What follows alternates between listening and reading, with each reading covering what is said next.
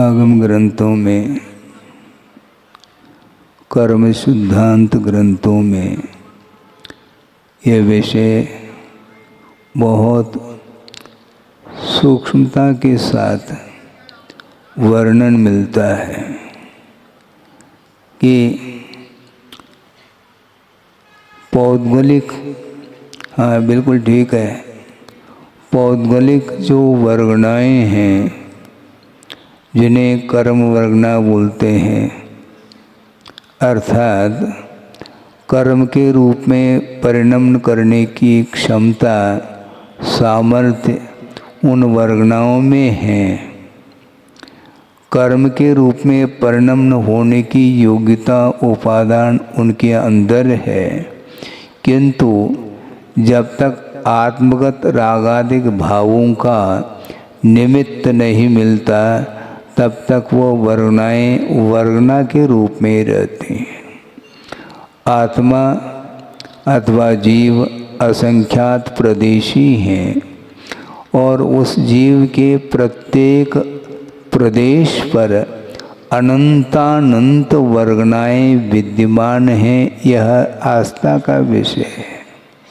वह वर्गनाएं देखने में नहीं आती और वह वर्गनाएं कहीं बाहर से नहीं आती, किंतु प्रत्येक आत्म प्रदेश पर अनंतानंत वो वर्गनाएं हैं जो कर्म के रूप में परिणमन करने की योग्यता को लिए हुए हैं, किंतु जब तक रागादिक भावों का संबंध नहीं मिलेगा उनके लिए, तब तक वो वर्गनाएं किसी भी प्रकार से कर्म के रूप में परिणत नहीं हो सकती। यह सिद्धांत है। वह वर्गनाएं इतनी सूक्ष्म है, वज्र पटल से भी वो व्याघात को प्राप्त नहीं होती। इसके उपरांत भी वो वर्गनाएं परमाणु नहीं, स्कंद के रूप में है। तो परमाणु कितना सूक्ष्म होगा। प्रत्येक वर्गनाएं, कर्म वर्गनाएं जो कर्म के रूप में परिणत होती हैं, वे अनंत प्रदेशात्मक होती हैं, फिर भी आंखों के द्वारा दिखाई नहीं पड़ती। बहुत अच्छा प्रसंग गुरुदेव ने दिया था। वो गुरुदेव किसी भी वस्तु को देखते हैं तो देखने के दृष्टि से नहीं देखते,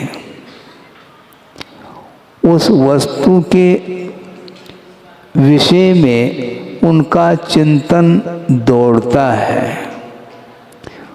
वर्तमान में शायद वह विषय देखने को किसी को भी नहीं मिल सकता मेरे ख्याल से, क्योंकि आधुनिकता है।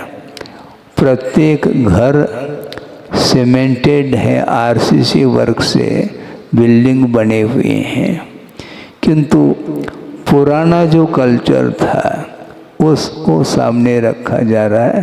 तो गुरुदेव ने रखा था कि मकान जो होते थे पहले के, वे मिट्टी के कच्चे मकान जिसको बोलते हैं, अथवा पत्थर से दीवार उठाते हैं और छत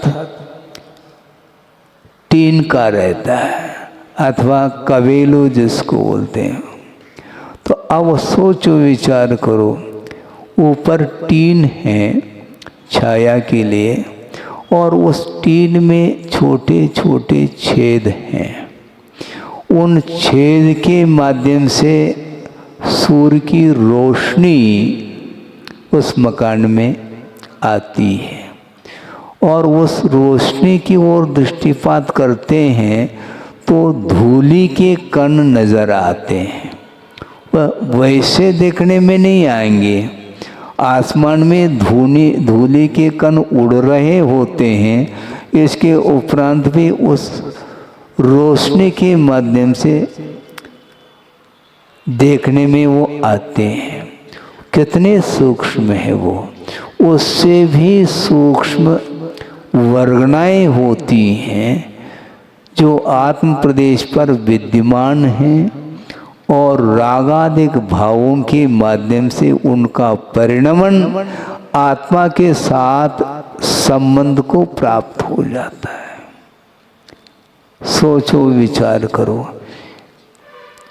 परिणमन करने की योग्यता उनमें है, किंतु बिना निमित्त के कोई कार्य नहीं होता। रागादिक भावों का संबंध जब जुड़ जाता है, वो सारी वर्गनाएं कर्म के रूप में परिणत होकर के आत्मा के साथ संबंध को प्राप्त होते हैं। और रही बात रागादिक भावों का होना कर्म के उदय के बिना नहीं, किंतु कर्म के उदय में रागादिक भाव उत्पन्न हो यह अनिवार्य नहीं। जब कभी भी रागादिक भाव उत्पन्न होते हैं, उस समय किसी न किसी कर्म का उदय अपेक्षित होता है, लेकिन कर्म के उदय से नियामक रूप से रागादिक भाव उत्पन्न हो अनिवार्य नहीं, क्योंकि जीव स्वतंत्र है। आप राग करना चाहो तो स्वतंत्र, नहीं करना चाहो तो स्वतंत्र। तो आप क्या करना चाहो बोलो? महाराज कर्म का उदय पुनः रट रहे हैं आप। कर्म का उदय तो रहेगा, किंतु रागादिक भाव उत्पन्न हो अनिवार्य नहीं है। और नए सिरे से जो कर्म का बंध होता है, वह रागादिक भावों के कारण होता है। महाराज पूर्वबद्ध कर्म का उदय है, हम क्या करें? उदय से मत डरो, गुरुदेव का कहना है। पंक्ति में आपके सामने रख रहा हूँ। कुछ दिन पूर्व में निजानुभव शतक की पंक्ति आपके सामने रखी थी। एक और श्लोक आपके सामने रख रहा हूँ इसी प्रसंग को लेकर के, कि मैंने किया विगत में कुछ पुण्य पाप, मैंने किया विगत में कुछ पुण्य पाप, जो आ रहा उदय में स्वयमेव आप। मैंने किया विगत में कुछ पुण्य पाप, जो आ रहा उदय में स्वयमेव आप। होगान बंद तबलों, होगान बंद तबलों जबलों न राग, चिंता नहीं उदय से बनवीत राग। हमें कर्म बंध के उदय की चिंता नहीं। आप वीतरागी बने रहेंगे तो निश्चित रूप से कर्म का आश्रव रुकेगा। कर्म का बंध तब होता है जब रागादिक भाव उत्पन्न होते हैं। इसलिए कुंद कुंद स्वामी भी यही कहना चाह रहे हैं समय सार में, रतो बंधधिकम्मम, राग ही बंध के लिए कारण है। और राग करना नहीं करना ये आपकी अधीन है, इसमें पराधीनता नहीं है। मुझे करना पड़ रहा है, कौन कह रहा है आपको? आपको कौन बाध्य कर रहा है? कोई भी कर नहीं सकता। बिना राग के किसी भी वस्तु को उठाने का परिणाम हो ही नहीं सकता, ये क्लियर है। ये जो भी चुनाव होता है, चयन जिसको बोलते हैं, वह बिना राग के संभव नहीं। एक तो ग्रहण भाव भी राग के बिना नहीं, और उसमें भी जो चयन है वह बिना राग के संभव नहीं है। संसारी प्राणी बेचैन है, इसलिए चयन करता है। थाली आपके सामने है, विभिन्न प्रकार के खाद्य वस्तु उसमें रखे गए, परोस दिए हैं। उसमें रसगुल्ला भी है और बाजरे की रोटी भी है, पूड़ी भी है, अन्य वस्तु हैं। आप चुनते क्यों हो? आपको भूख मिटाना है क्या कुछ और करना है? ये हाथ के लिए संकेत दिया किसने? मन ने संकेत किया कि इसको उठा ले, इसको नहीं। बिना संकेत के कोई भी चेष्टाएं नहीं हो सकती, ये सिद्धांत है। आप उसको स्वीकारो तो ठीक है, नहीं स्वीकारो तो ठीक है, सिद्धांत कभी भी परिवर्तित नहीं होता।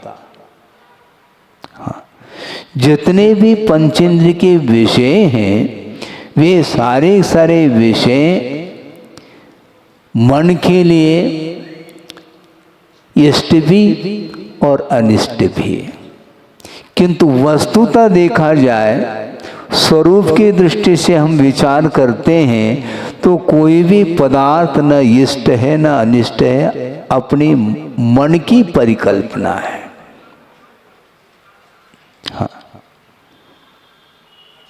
हाँ हाँ बिल्कुल, हाँ हाँ सही है, कह तो रहे ना। ये जो है आप अपने मन को पूछो, मुझे बताओ नहीं। मैं बताने के लिए नहीं कह रहा हूं, आप अपने मन को पूछो कि इच्छा किसकी हो रही है, मन किसको चाह रहा है, ये आपका विषय है। क्योंकि आपके मन के अंदर जो विचार उत्पन्न हो रहे हैं वहां तक मेरी गति नहीं। आप मौन बैठे हैं किंतु विचार उत्पन्न हो रहे हैं।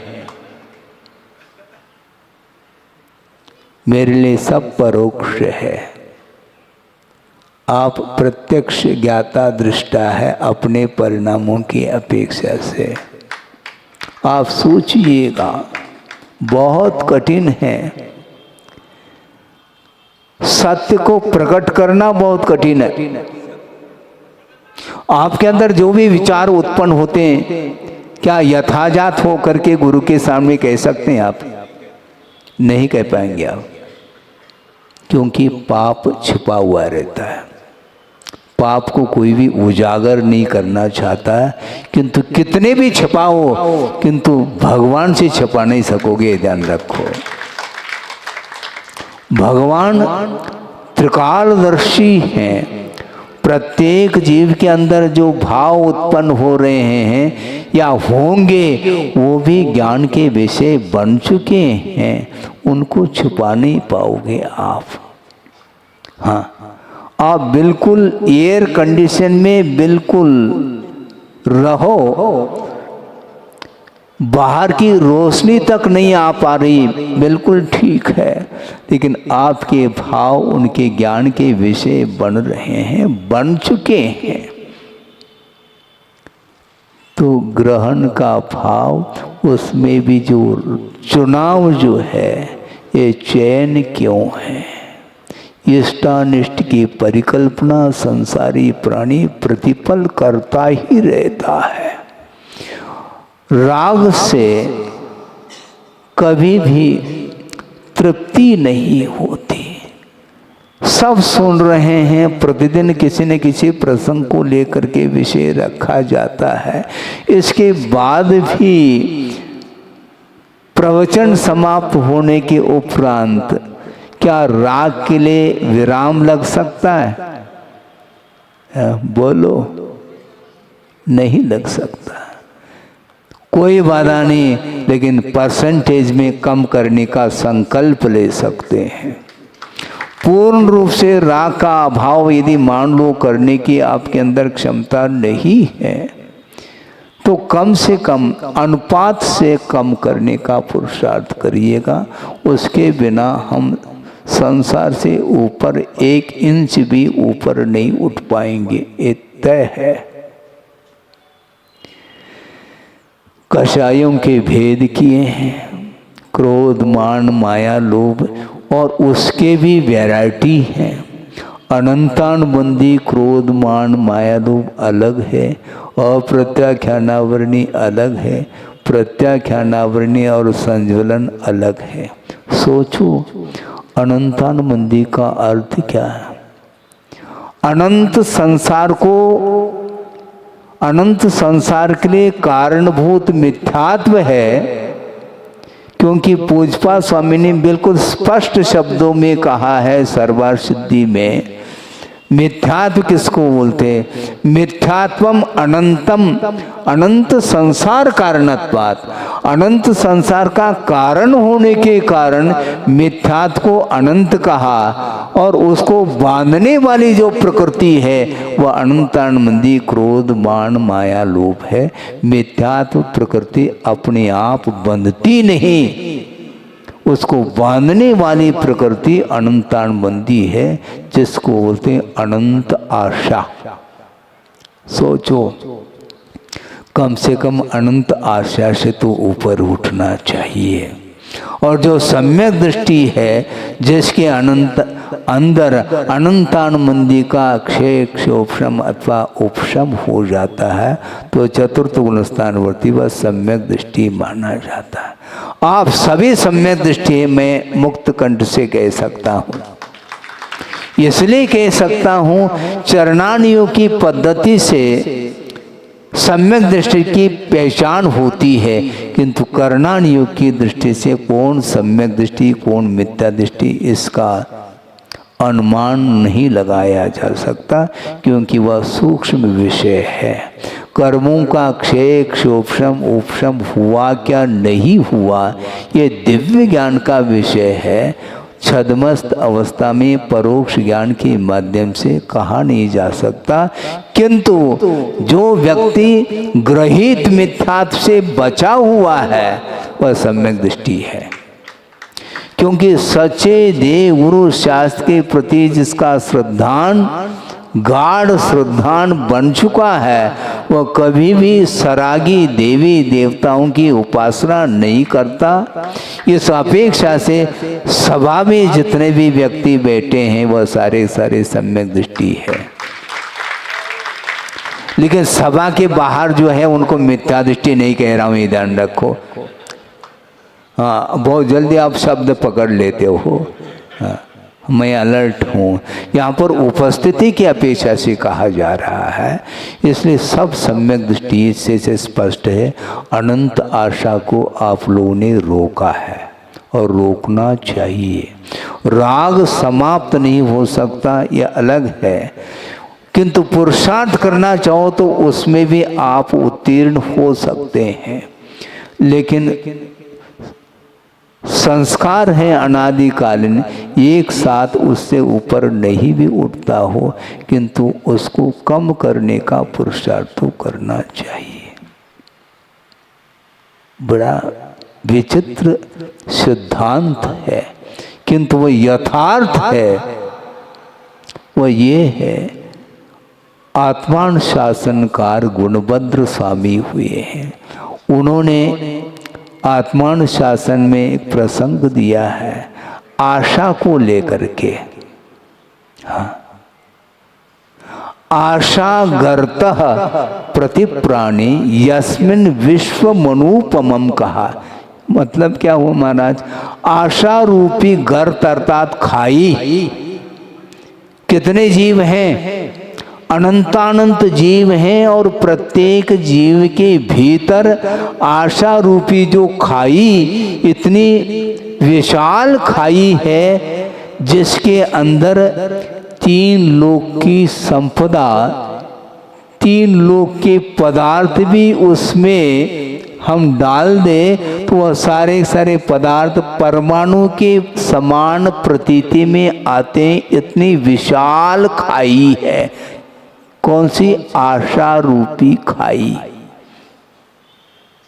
अणु के समान कितनी वो खाई बड़ी होगी, और प्रत्येक जीव के अंदर आशा रूपी खाई विद्यमान है।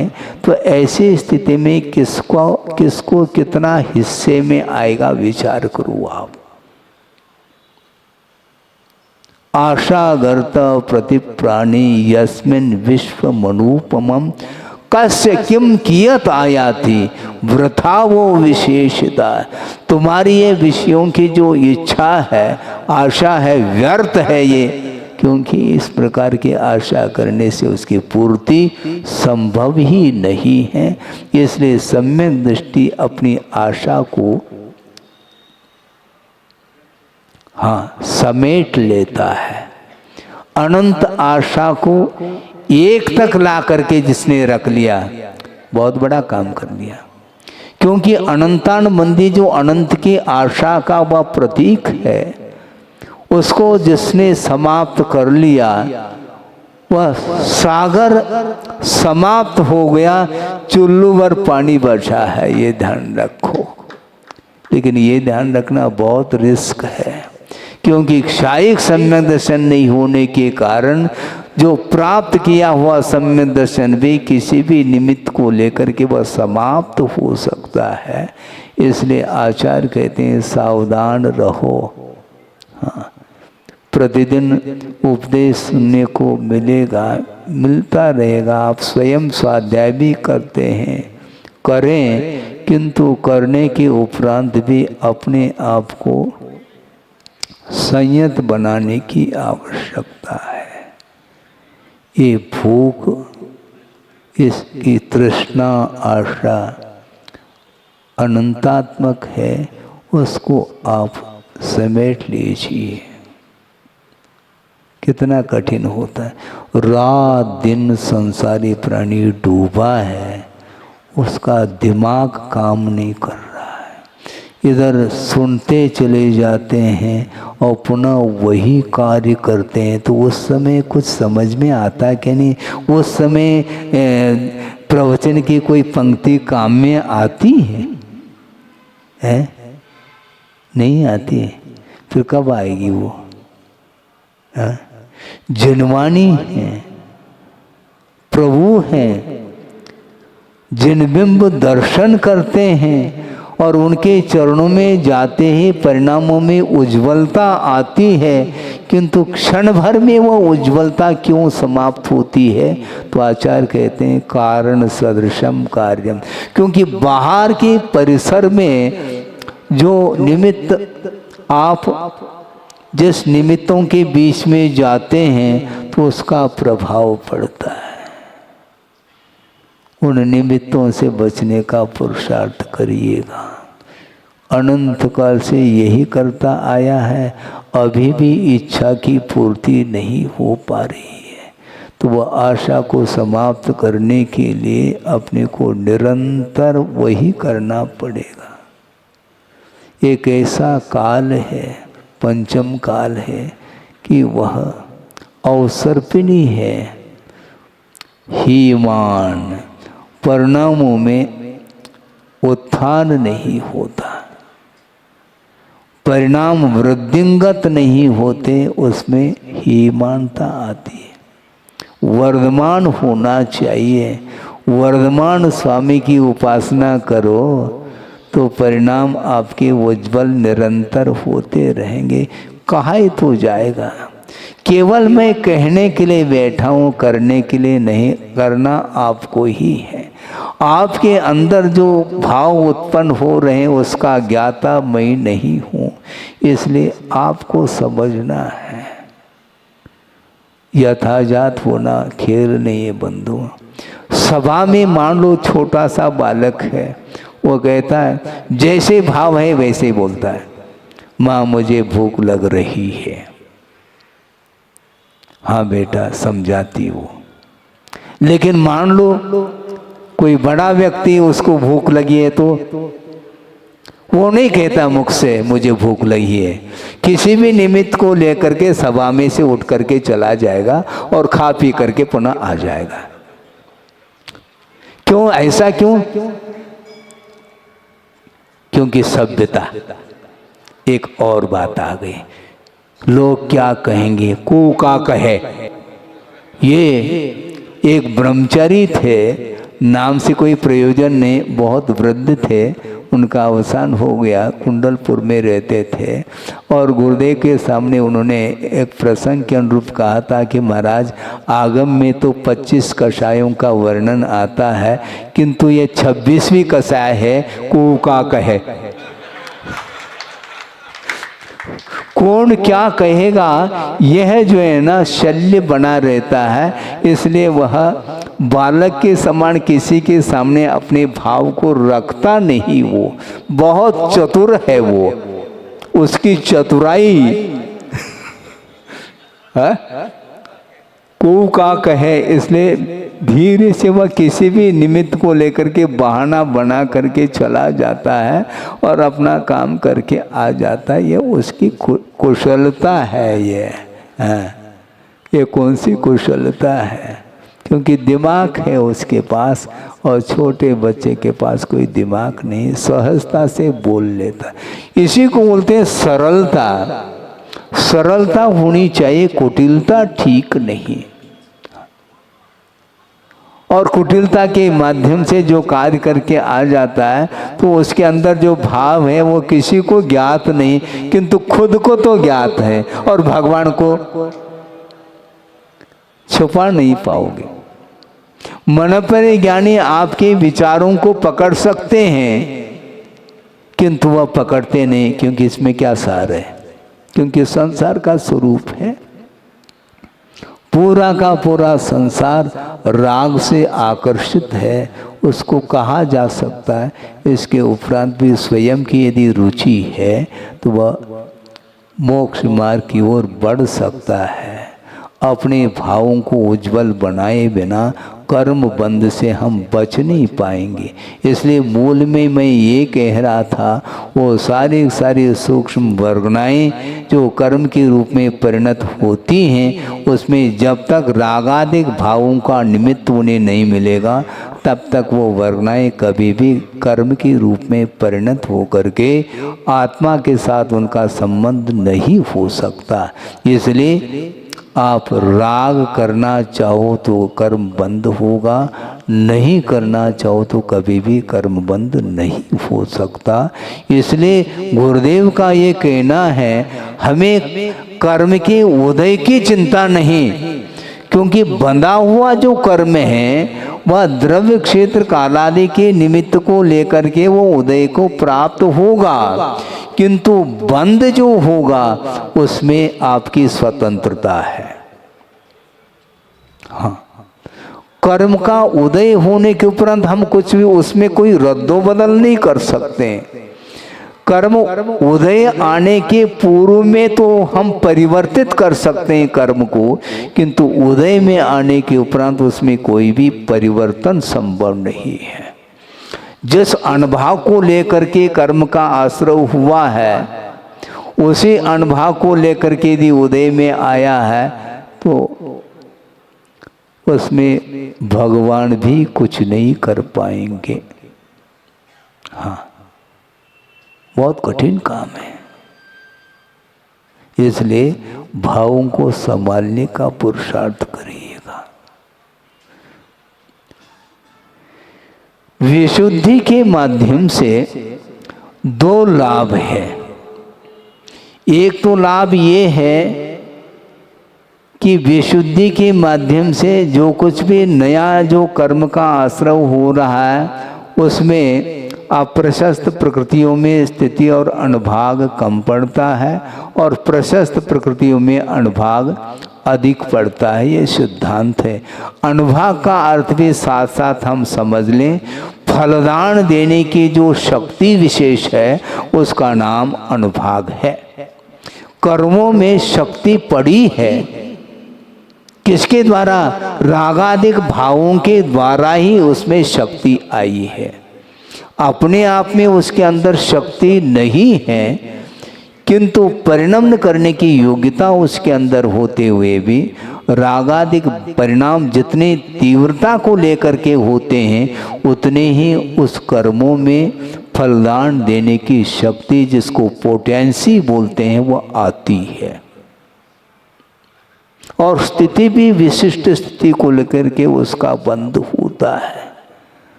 इसलिए कर्म का उदय है महाराज, कर्म का उदय है। मैं मानता हूँ बिना कर्म के उदय के रागादिक भाव नहीं होता, किंतु रागादिक भाव होने के लिए अनिवार्यता नहीं है। यदि अनिवार्य मानेंगे तो कभी भी पुरुषार्थ हम नहीं कर पाएंगे। हाँ, पुरुषार्थ ही नहीं कर पाएंगे हम। सब कुछ होना है और कुछ लोगों की धारणा है भगवान ने देखा है महाराज, ये होके रहेगा। भगवान ने क्या देखा मुझे बताओ? भगवान ने सब देखा है, लेकिन भगवान ने ये भी कहा है कि कार्य जो होता है वह कारण सदृशम कार्यम, कारण के अनुरूप कार्य होता। आपके परिणाम के अनुरूप कर्म का बंध होगा, न कि उनके जानने से बंध होगा। उन्होंने क्या नहीं जाना, सब कुछ जान लिया है, किंतु आपके परिणाम के ऊपर ही कर्म सिद्धांत टिका हुआ है, ये उन्होंने ही कहा है। सब कुछ निश्चित है, फिर उपदेश देने की आवश्यकता क्यों पड़ी? उपदेश देने से बहुत कुछ टल जाता है। पुरुषार्थ के माध्यम से हमें पूछना चाहते हैं, गाड़ी आप चलाते हैं, कार आप चलाते हैं और फुल स्पीड से कार चल रही है आपके द्वारा, एक्सीडेंट हो गया, भगवान ने देखा था इसलिए हो गया। सुन रहे हैं क्या? नहीं, नींद तो नहीं आ रही। भगवान ने देखा इसलिए एक्सीडेंट हो गया क्या? नहीं। यदि भगवान ने देखा है इसलिए एक्सीडेंट हुआ है तो बिना ब्रेक की गाड़ी खरीदो। ब्रेक की क्या आवश्यकता है? ब्रेक लगाने की क्या आवश्यकता है? एक्सीडेंट होना था, हो गया, क्योंकि भगवान ने देखा था। हमारा इसमें कोई अपराध नहीं, हमारा कोई दोष है ही नहीं। गलत बात है? ये न्याय नहीं है, अन्याय माना जाएगा। किसी ने चोरी कर ली और पुलिस ने पकड़ ली इसको, और क्या बोल रहा है वो? कर्म के उदय में चोरी हुई है, भगवान ने देखा था इसलिए चोरी हो गई। तो भगवान ने ये भी तो देखा था, पुलिस कहता है पकड़ इसे, हैं? इसमें क्यों नहीं? ये न्याय सर्वत्र होना चाहिए ना। भगवान ने देखा है इसलिए हुआ है, तो अपराध कोई वस्तु ही नहीं। कौन अपराधी है, कौन निरपराध है, इसके बारे में क्या है, व्यवस्था क्या है? ऐसा नहीं, स्वयं ही करता है, किंतु इस प्रकार धारणा बनाता चला जाता है, उसकी धारणा बनती चली जाती, ये ठीक नहीं है। इस प्रकार कहोगे तो भगवान की वाणी को भी असत्य ठहरने के लिए खड़ा हो सकता है व्यक्ति। ये कैसे महाराज? मान लो हाथ में मुट्ठी में चने हैं, भगवान को पूछ लो भगवान इसकी अगली पर्याय कौन सी है? भगवान को पूछ रहा है। भगवान बहुत सावधानी है, ध्यान रखो, वो उत्तर नहीं देंगे। क्यों? वो उत्तर देंगे ठीक उसका विपरीत आप कार्य कर लोगे, ये भी वो जान रहे हैं। इस चने की अगली पर्याय कौन सी है? भगवान वो मान लो कह देते हैं ये अगली पर्याय इसकी अंकुरित होने की है, तो उसने पीस डाला, तो भगवान की वाणी असत्य हो गई। तो ऐसे थोड़ी, बल्कि उन चनों में अनंत योग्यता है। जैसे आप उसके लिए कारण उपस्थित करेंगे, उसी के अनुरूप उसका परिणमन होना है। परिणमन स्वतंत्र है, किंतु निमित्त के ऊपर निर्धारित है कि नहीं? बिना निमित्त के कोई कार्य नहीं होता है। एक प्रसंग आपके सामने रख कर के विषय को पूर्ण कर रहा हूँ। 9:25 हो गए हैं, 5-1 मिनट का समय है। मुक्तागिरी की बात है। वैसे मुक्तागिरी में 2-3 चातुर्मास हुए हैं गुरुदेव के। उस समय एक विद्वान आए उनके पास और उन्होंने अपनी जिज्ञासा रखी कि महाराज आपकी धारणा क्या है, किस विषय में, निमित्त के विषय में। तो गुरुदेव ने कहा मैं अपनी धारणा बाद में बताऊं, तुम अपनी धारणा बना लो, बताओ। महाराज निमित्त कुछ नहीं कर सकता। तो गुरुदेव ने कोई उत्तर नहीं दिया। क्यों महाराज, उत्तर क्यों नहीं दे रहे हैं? मैं आपके प्रश्न का उत्तर दे सकता हूं, आप क्यों नहीं दे सकते महाराज? यही तो निमित्त है। तुम निमित्त को स्वीकार भी नहीं करना चाहो और प्रश्न भी करते चले जा रहे हैं और उत्तर चाह रहे हैं आप। तो आपके प्रश्न का उत्तर देने में मैं निमित्त हूं क्या? नहीं महाराज, बात समझ में आ गई है। बिना सोच विचार किए बोलते चले जाते हैं, ऐसा नहीं है। प्रत्येक द्रव्य का जो परिणमन है वो उपादान की दृष्टि से स्वतः परिणमनशील है, किंतु बिना निमित्त के उसका परिणमन संभव नहीं। इसलिए ये कहा था अभी, जो सूक्ष्म वर्गणाएं, कर्म वर्गणाएं, वो कर्म के रूप में तब परिणत हो सकती हैं जब जीव के रागादिक भावों का निमित्त मिल जाता है। तो यदि हम रागादिक भाव नहीं करेंगे, तीन काल में भी वो वर्गणाएं कर्म के रूप में परिणत नहीं हो सकती है। इसलिए पुरुषार्थ करिएगा, अपने परिणाम जो मलिन होते चले जा रहे हैं, जो कालुष परिणामों को धोने का पुरुषार्थ करेंगे तो निश्चित रूप से नए सिरे से जो कर्म का बंध या आसव हो रहा था उसमें कमी आ सकती है। कषाय बहुत भयानक रूप ले लेता है,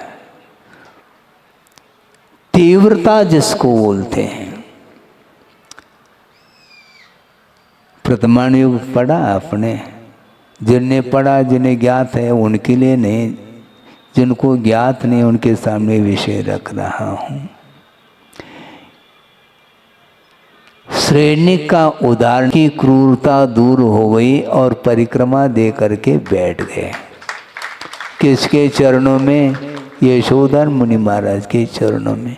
इसके उपरांत भी अभी भी संतोष नहीं और एक सर्प को मार करके यशोधर मुनि महाराज के गले में डाल देता है और जा करके बोल दिया अपने रानी को, चेलना रानी। तो वो सुन करके बहुत विह्वल हो गई, वो दौड़ती दौड़ती आ गई। वो श्रेणी कह रहा है वहाँ पर नहीं मिलेंगे वो बाबा, भाग गए होंगे। वो नहीं भाग सकते, वह श्रमण है, वह श्रमण ने श्रमण शिरोमणि है, वो भाग नहीं सकते। जाकर के देखा तो भयानक उपसर्ग हुआ है, गले में सर्प डाल दिया गया है और चींटियाँ लगी हुई हैं। और इसके उपरांत भी आंख खोल करके देखा नहीं किसने उपसर्ग किया। और दोनों आ गए, श्रेणिक भी और रानी चेलना भी, दोनों आए हैं, खड़े हुए हैं। और चेलना ने बड़े दया के साथ, करुणा के साथ, आस्था के साथ, समर्पण भाव के साथ उस उपसर्ग को दूर किया अपनी कुशलता से। और उपसर्ग दूर करने के उपरांत जब ध्यान से निवृत्त होते हैं यशोधर मुनि महाराज, तो दोनों ने नमोस्तु कहा तो धर्म वृद्धिर अस्तु, दोनों के लिए आशीर्वाद दिया। ऐसा नहीं चेलना रानी के लिए दो हाथ से दिया हो और श्रेणी के लिए मुख मोड़ लिया हो, ऐसा नहीं। इसको बोलते हैं भयंकर उपसर्ग होने के उपरांत भी वो चिंतन कर रहे हैं, अपने अज्ञान दशा में किया हुआ जो कर्म है वो उदय में आया है। ये शत्रु न शत्रु हैं श्रेणिक, न मित्र हैं। यदि कोई शत्रु है तो अपने पापमय परिणाम है, यदि मित्र है तो वह वीतराग धर्म है। इस प्रकार वो उनका चिंतन चल रहा है। शुद्धोपयोगी तो यशोधर मुनि महाराज और शुभोपयोगिनी रानी चेलना और अशुभोपयोगी सैनिक ठहरा। सोचो, शुद्धोपयोग, शुभोपयोग और अशुभोपयोग की चर्चा समयसार ग्रंथ में सुनने को आपको मिलेगी चर्चा। ये संक्षेप में आपके सामने विषय रखा है। सोचो, विचार करो।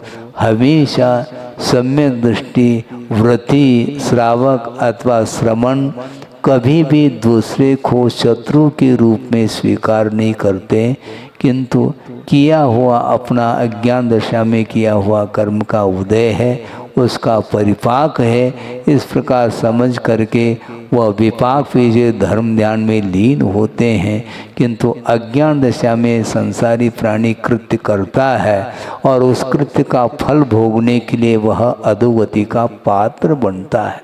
तीव्र संक्लेश परिणाम के द्वारा 33 सागर की आयु का बंद किया था सैनिक ने। फिर बाद में पश्चाताप आ गया। ये शब्द भी बता रहा है आपको, पश्चाताप। पहले संताप नहीं होता, करने के बाद पश्चाताप होता है। हाथ जोड़ता है, भगवान हमने बहुत बड़ा अनर्थ किया, नहीं किया होता तो अच्छा था, लेकिन करने में आ गया, अब क्या करूं। पश्चाताप रूपी अग्नि में झुलस रहा है, किंतु परिणाम हमेशा एक से नहीं होते और उसके परिणाम अब परिवर्तित हुए हैं। और इतना परिणामों में परिवर्तन आया है, वह मिथ्यात्व के साथ नरकायु का बंद किया था और अब सम्यक दर्शन प्राप्त कर लिया। और सम्यक दर्शन के साथ साथ वो सम्यक दर्शन को क्षायिक भी बना लिया तीर्थंकर के पाद मूल में। और तीर्थंकर प्रकृति का बंद भी किया उसने, ये ध्यान रखो। महाराज ये क्या हो रहा है? वो कुछ नहीं रहा, परिणाम के द्वारा ऐसा ही होता है।